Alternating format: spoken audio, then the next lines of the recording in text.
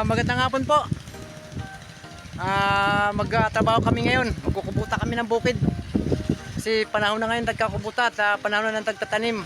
Bali ano po kami dito, tatlo kami. Palitan kami magkubuta. Pag napagod ang isa naman na. Ako naman po. Sige po. Yan po yung aming kinukubuta. Gandun po yan. Yan.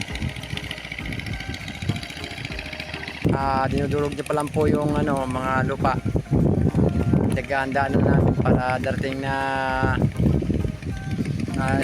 isang buwan, mag-umpisa na po kami magtanim.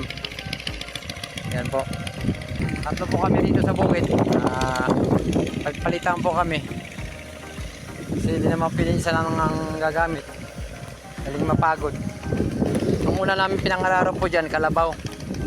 Kalabaw lang. Yan o, kalabaw. Ngayon kubutan ang gagamitin namin para mabilis.